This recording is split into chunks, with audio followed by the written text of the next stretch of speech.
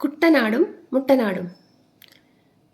പണ്ടൊരു കാട്ടിൽ ഒരു കുട്ടനാടും ഒരു മുട്ടനാടും താമസിച്ചിരുന്നു ട്ടോ. കുട്ടനാടും മുട്ടനാടും ഏട്ടനും അനുജനുമായിരുന്നു. അവരെന്നും താഴ്വരകളിൽ പ്ലാവല തിന്നാൻ പോവും. അങ്ങനെ ഇരിക്കെ ഒരു ദിവസം വൈകുന്നേരം രണ്ടുപേരും കൂടെ പ്ലാവല തിന്നാൻ പോയി. വെളുത്ത് തടിച്ചു കൊഴുത്ത രണ്ടാടുകളെ കണ്ടതും നമ്മുടെ കുറുക്കച്ചാർക്ക് വായിൽ വെള്ളമൂറി. അവൻ മറഞ്ഞു നിന്ന് കുട്ടനാടിനെയും മുട്ടനാടിനെയും നോക്കി വെള്ളമിറക്കി. ഇതിലൊരാളെ തിന്നണം, കുറുക്കച്ചാരിങ്ങനെ സ്വപ്നം കണ്ടു. അങ്ങനെ ഇരിക്കെ കുട്ടനാടും മുട്ടനാടും കൂടെ ഇങ്ങനെ സംസാരിച്ചു. കുട്ട, കുറച്ചും കൂടെ അകലെ പോയാൽ നല്ല നല്ല ഭക്ഷണമുണ്ട്. നമുക്ക് മരങ്ങളൊക്കെ നല്ല തളിർത്ത് നിൽക്കുകയാണ്. നമുക്ക് സ്വാദൂറുന്ന പ്ലാവല അവിടെ കിട്ടും. പോയാലോ? ആ, പോകാം, നമുക്കൊരു ദിവസം പോകാം. അവർ തമ്മിൽ സംസാരിച്ചു. ഹായ്, എന്ത് നല്ല മാംസമുള്ള ആടുകൾ! നല്ല രസമായിരിക്കും ഇതിൻ്റെ ഇറച്ചി തിന്നാൻ. കുറുക്കച്ചാരിങ്ങനെ സ്വപ്നം കണ്ടു ട്ടോ. പക്ഷേ ഇവർ രണ്ടുപേരും കൂടിയാണ് എപ്പോഴും നടക്കുന്നത്. ഞാൻ എന്തെങ്കിലും പറഞ്ഞാൽ എന്നെ ഇടിച്ച് ചമ്മന്തിയാക്കും. അതുകൊണ്ട് എന്ത് ചെയ്യണം? ഇവരെ തമ്മിൽ പിരിക്കണം.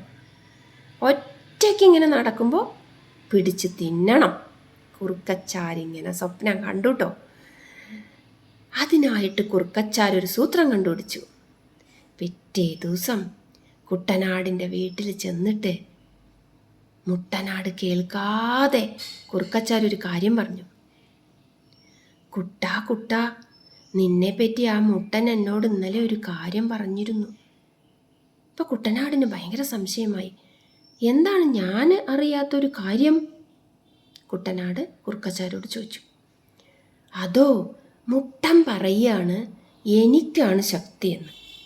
കുട്ടനാടിന് ഒന്നിനും കഴിയില്ല. വെറും മരക്കഴുതയാണത്രേ കുട്ടനാട്. അങ്ങനെയൊക്കെ പറഞ്ഞോ അവൻ എന്നെ? അവൻ എൻ്റെ അനുജനാണല്ലോ. ഏട്ടനെ അവൻ അങ്ങനൊന്നും പറയില്ലല്ലോ. എന്നാൽ നിനക്ക് തെറ്റി. നിന്നെക്കുറിച്ചാണ് അവൻ പറഞ്ഞത്.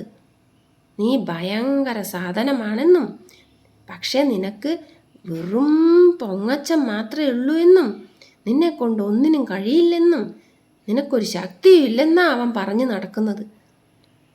കുട്ടനാടിന് ഭയങ്കര ദേഷ്യമായി. ഓഹോ, അവൻ എന്നെ അങ്ങനെയൊക്കെ പറഞ്ഞു. അവനിന്ന് വരട്ടെ.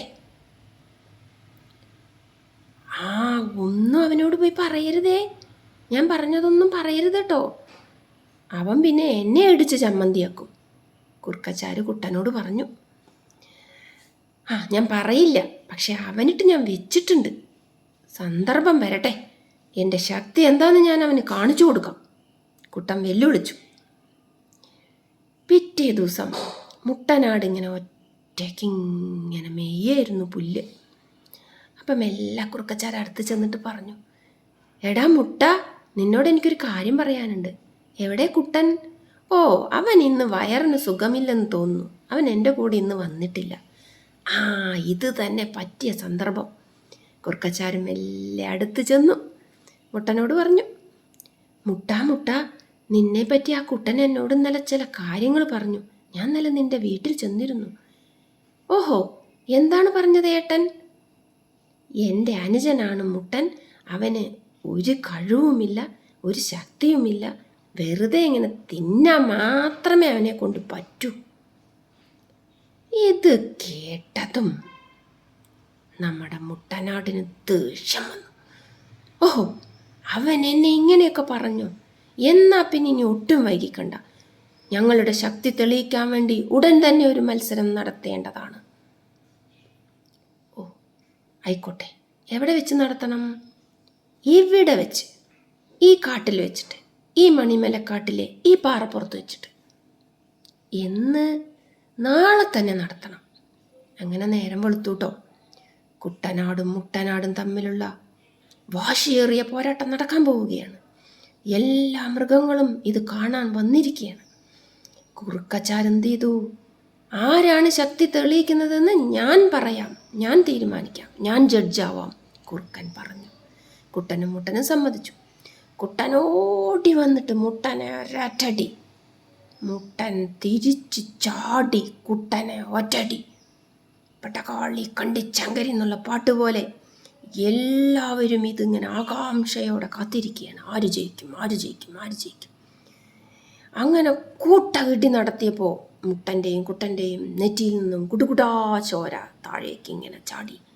ഇത് കുറുക്കൻ നക്കി നക്കി കുടിച്ചു. ഇത് കുട്ടൻ കണ്ടു. ഓഹോ, ഞങ്ങളെ തമ്മിൽ തെറ്റിച്ചിട്ട് ഞങ്ങളുടെ രക്തം കുടിച്ചിട്ട് ഞങ്ങളുടെ ഇറച്ചി തിന്നാമെന്ന് നീ വിചാരിച്ചല്ലേ? നിന്നെ ഞങ്ങൾ ശരിയാക്കി തരാമെടാ കള്ളക്കുറുക്ക.